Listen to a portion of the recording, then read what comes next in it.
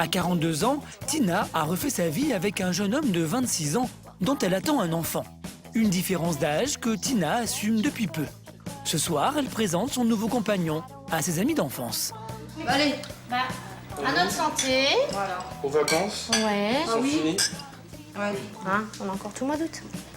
Quand on a la chance de pouvoir retrouver quelqu'un avec qui on se sente bien et puis qui nous redonne confiance finalement, on s'aperçoit que la vie, elle est tellement plus simple et puis du coup, ça efface tout ce qu'il y a pu y avoir dans le passé de négatif. Ça se voit qu'elle rayonne de bonheur. Elle est très très bien. Pourtant, Tina n'a pas eu le coup de foudre immédiatement pour ce jeune homme de 16 ans, son cadet. Ce sont ses 3 enfants qui ont donné le petit coup de pouce. C'est eux qui me réclamaient presque plus que elle au début. Au départ, quand ils venaient à la maison en simple copain, que ce soit par prétexte des enfants, il y a l'ordinateur qui est en panne, ou on fait un tiramisu, on l'invite, on se mettait sur le canapé, on avait la couette, lui il était au milieu, il y avait Sonia d'un côté, il y avait moi de l'autre, on regardait la télé, on dormait au bout de 10 minutes, sur son épaule. Et on se réveillait, il était minuit, 1h, et puis il partait. Petit à petit, il est resté dormir. Mais c'est eux qui ont été demandeurs. Hein. Ouais. Tu restes dormir. Je me souviens de ça. Hein. Et tu restes dormir. Maintenant, je veux pas que tu partes. Tu restes dormir. Et à partir de là, on s'est fait confiance. Et on en est là aujourd'hui. La petite puce qui est en route.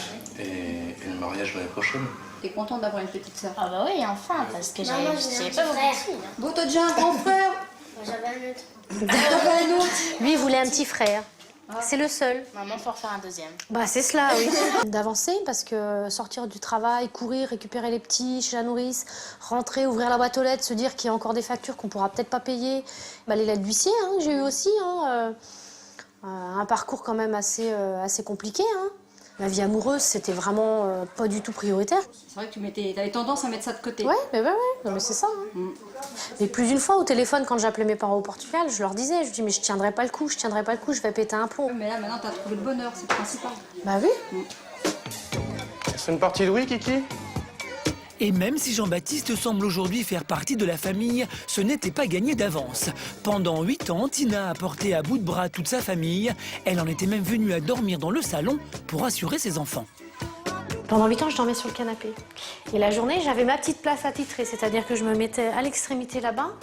C'était ma manière à moi de veiller à mes enfants en surveillant l'extérieur. Leur nuit était complètement agitée, Sahel hurlait la nuit, Sonia, elle dormait plus.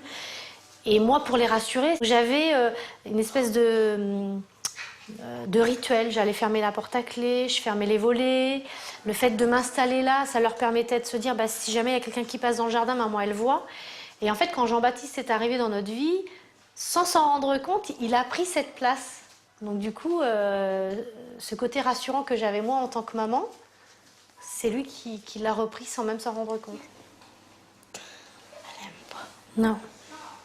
Dès que je l'enquiquine... Allez, ma fille. Quand on vit 8 ans seule et qu'on doit apprendre à tout gérer tout le temps toute seule, finalement, on s'aperçoit qu'on laisse peu de place à un homme. Ça aille doucement, chérie. Ce que j'appréhendais, c'était les grands coups de gueule que les enfants pouvaient avoir avec lui ou lui avec les enfants. Il n'y en a jamais eu. Après, une fois qu'on s'est mis ensemble et qu'on a décidé de faire l'enfant, ça a été de se dire... Est-ce que finalement il va vraiment assumer ou est-ce qu'il est en train de me leurrer? Et puis, voyant que dans les étapes précédentes, le bilan était plutôt positif, je me suis dit, il n'y a pas de raison. Voilà. Donc là, c'est la chambre que je partage avec Jean-Baptiste.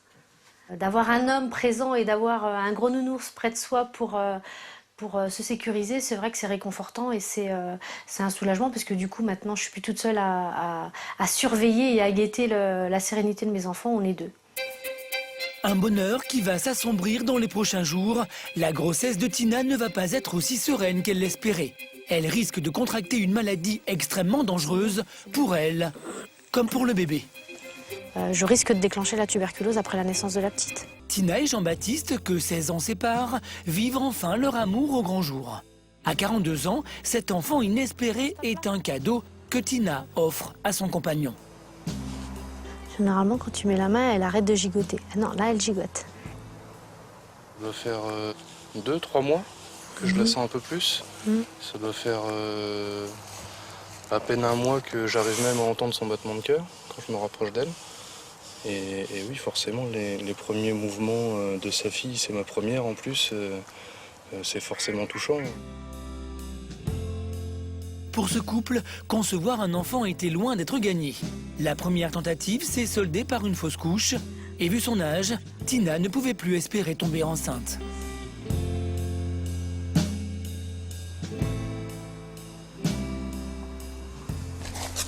Chicote. Finalement, la bonne étoile a fait que ça arrivait tout de suite le cycle suivant et même la gynéco n'en revenait pas. On s'est dit, bon bah voilà, ça y est, elle est là. À partir de ce moment-là, oui, elle est là. Elle est là.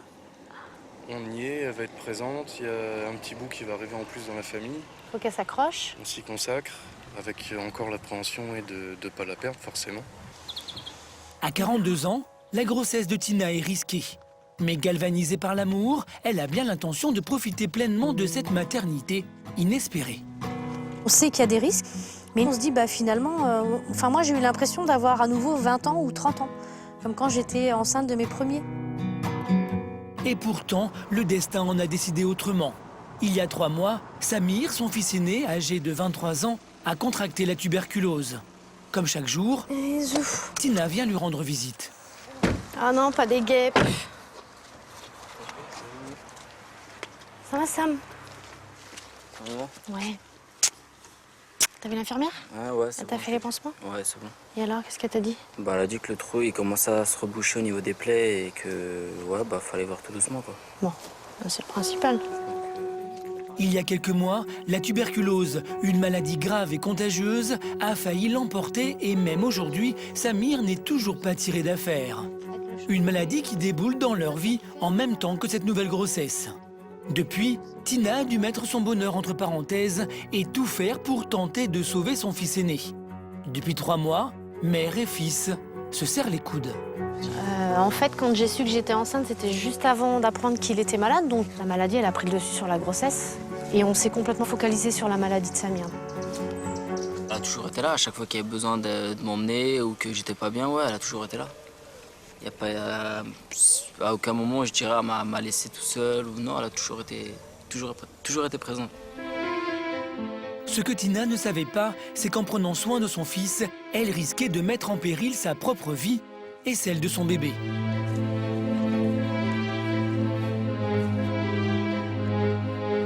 On est arrivé chez l'ORL et là, on nous annonce c'est une tuberculose. On voit le médecin arriver avec un masque, il met un masque et là, on nous dit que c'est hyper contagieux alors que nous, ça faisait déjà 3 semaines qu'on se trimballait à droite et à gauche. On avait passé 7 heures aux urgences.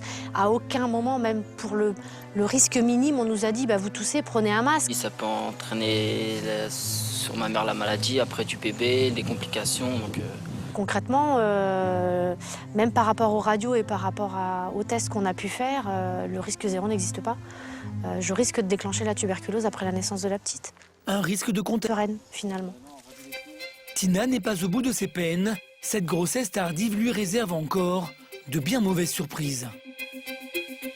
On est dans le doute, de toute façon, on est toujours dans le doute parce que les médecins ont beau nous rassurer, finalement, ils n'ont jamais de certitude à 100%. Tina est désormais enceinte de 8 mois. Aujourd'hui, elle vient consulter son médecin. À 42 ans, sa grossesse tardive est à surveiller de très près. Ça va. D'autant que depuis le début, les complications s'enchaînent. Oui, elle pousse, elle pousse, elle pousse. Alors vous en êtes à quel mois là? Je vais arriver dans le 8e là. D'accord. Mais j'ai lu le compte-rendu du gynécologue qui faisait état d'un diabète qui est apparu au cours de la grossesse. Voilà. Non, malheureusement, c'est aussi un des risques des grossesses tardives. Puis compte tenu du fait que votre mère est diabétique, enfin, la malchance de développer un diabète était plus importante. Eh oui, 42 ans. Hein. Et concrètement, par rapport à la petite, le risque qu'elle contracte éventuellement la tuberculose, il est nul, quasi nul, ou il est présent quand même? Elle est protégée par l'utérus et la placenta, mais bon, on va voir. Ce n'est que quelques mois après la naissance que Tina saura si elle et son bébé ont contracté la tuberculose. Mais pour le moment, c'est sa tension qui préoccupe le médecin. Donc c'est vrai que on va la prendre assise maintenant, hein, parce que oui. On la prend assise. Oula! Ah, ça fait quand même un peu beaucoup là. faut se méfier parce que c'est le dernier mois qui est le plus dangereux. Hein. C'est là qu'on va voir se développer des hypertensions et puis le risque de toxémie gravidique. Donc s'il y a des œdèmes, des maux de tête, des bourdonnements d'oreilles, une fatigue anormale et puis des contractions, là il faut se rendre assez rapidement à la maternité pour qu'on vérifie tout ça. D'accord. Voilà. Élevée, elle angoisse. Les appréhensions, on les a tout au long de la grossesse. On les a les 3 premiers mois puisqu'on sait que c'est le risque majeur de fausse couche. On les a au 2e trimestre parce qu'on a tellement de cas autour de nous où effectivement il y a le cœur du bébé s'arrête. Finalement, on a toujours un peu l'angoisse de ne pas pouvoir en avoir un tout court et quelque part dans l'esprit, on garde cette angoisse-là jusqu'au jour de l'accouchement. Le jour de l'accouchement, c'est pareil, il peut arriver n'importe quoi. Donc, tant qu'on ne nous aura pas dit le bébé va bien, la maman va bien, voilà, c'est parti, la porte s'est ouverte vers un nouveau jour. Tant que la petite ne sera pas là, dans nos bras et en pleine forme, on aura toujours l'angoisse qu'il peut arriver quoi que ce soit.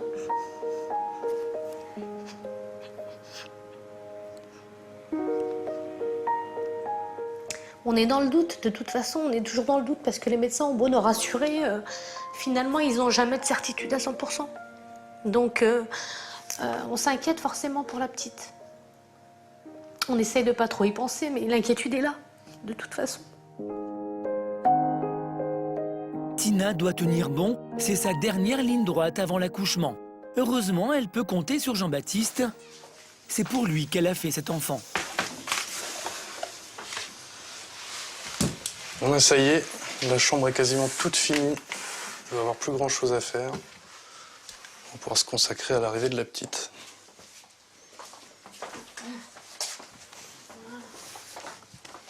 Le plus formidable chez ma femme, c'est la façon qu'elle a de gérer sa grossesse, qui n'est pas forcément simple. Je suis tout à fait conscient qu'à cet âge-là, à la quarantaine dépassée, pour une mère qui a déjà eu une vie et qui a déjà eu ses 3 enfants, qu'elle accepte à nouveau d'avoir un enfant, c'est une grande marque d'affection, une grande marque d'amour. Et moi, pour ça, rien que pour ça, je la remercierai jamais assez. C'est toi qui l'avais choisi, je me souviens même plus. Dans le magasin. Donc son premier doudou. C'est vrai que c'est doux. Hein. J'essaie d'être le plus présent possible dans la grossesse de ma femme et de toujours avoir la petite attention qui va lui faire plaisir ou faire plaisir aux enfants. Ça, c'est, je pense, ce qu'on lui mettra quand on sortira de la maternité avec elle. Oui. Bon, tu l'avais déjà vu, mais c'est celui qu'on avait trouvé joli avec petite moufle. Avec la petite ensemble et puis ça. Ah, mais là, il y a un doudou encore. Des câlins par milliers. Bon, c'est rose, hein. C'est rose, donc il n'y aura plus qu'à mettre tout ça dans la valise. Zou, hein? Tu viendras l'habiller à la maternité? Il n'y a pas de problème. Malgré ses problèmes de santé qui s'accumulent, Tina va-t-elle réussir à mener sa grossesse à terme? Jean-Baptiste et Tina viennent d'arriver précipitamment à la maternité de Montargis. Avec ses 42 ans et sa possible contamination par la tuberculose, l'accouchement de Tina s'annonce compliqué. Pourtant, Tina va déjouer tous les pronostics. Après 9 mois d'une grossesse difficile, elle accouche miraculeusement à terme, sans aucune complication. En moins d'un quart d'heure, elle devient l'heureuse maman d'une petite Eva. Petite Eva. T'as entendu? Oui. J'ai entendu papa. Elle est arrivée très très vite. Il a suffi que 2 ou 3 poussées, pas plus, en même pas 10 minutes, elle était sortie. Notre petite fille. Newt, c'est 4 kg et 52 cm. Elle est plus grande que moi à la naissance. Je faisais 51 cm. Et tu pesais combien? 3,6 kg. Le beau bébé. Calme ma puce. Je t'aime. Bon, elle est géniale, Clara. Ben, ma nénette. Oh, tu regardes maman, chérie. Bah oui, c'est l'heure de ton bain. Un mois s'est écoulé depuis la naissance d'Eva, un mois pendant lequel elle est devenue le centre d'attention de toute la famille. Alors, t'es content d'avoir une petite sœur? Elle est comment ta petite sœur? Elle est trop mignonne. Oh là là là là. Mais celui qui a vécu le plus grand chambardement, c'est Jean-Baptiste. À 26 ans, il découvre la joie d'être papa. Oui, bah papa, il va te mettre dans le bain. Ça y est, le moment du plongeon est arrivé. Voilà. Viens, ma fille.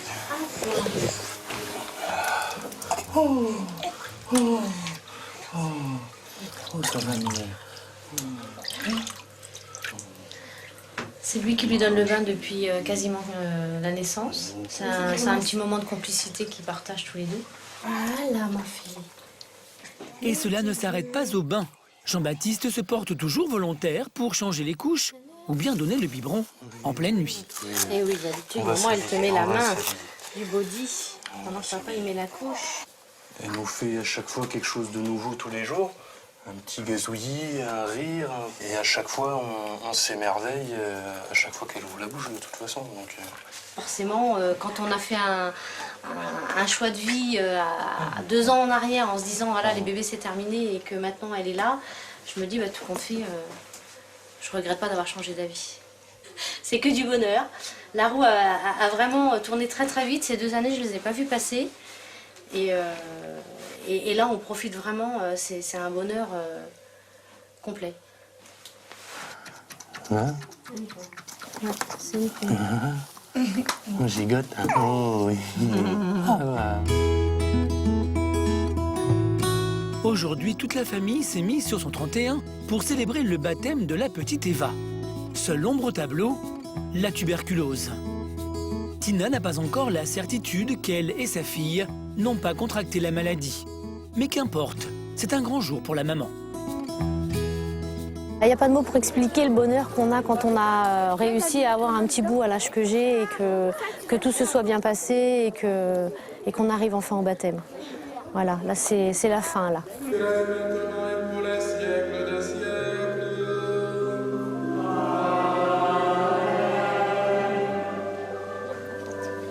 Eva, je te baptise au nom du Père, du Fils et du Saint-Esprit.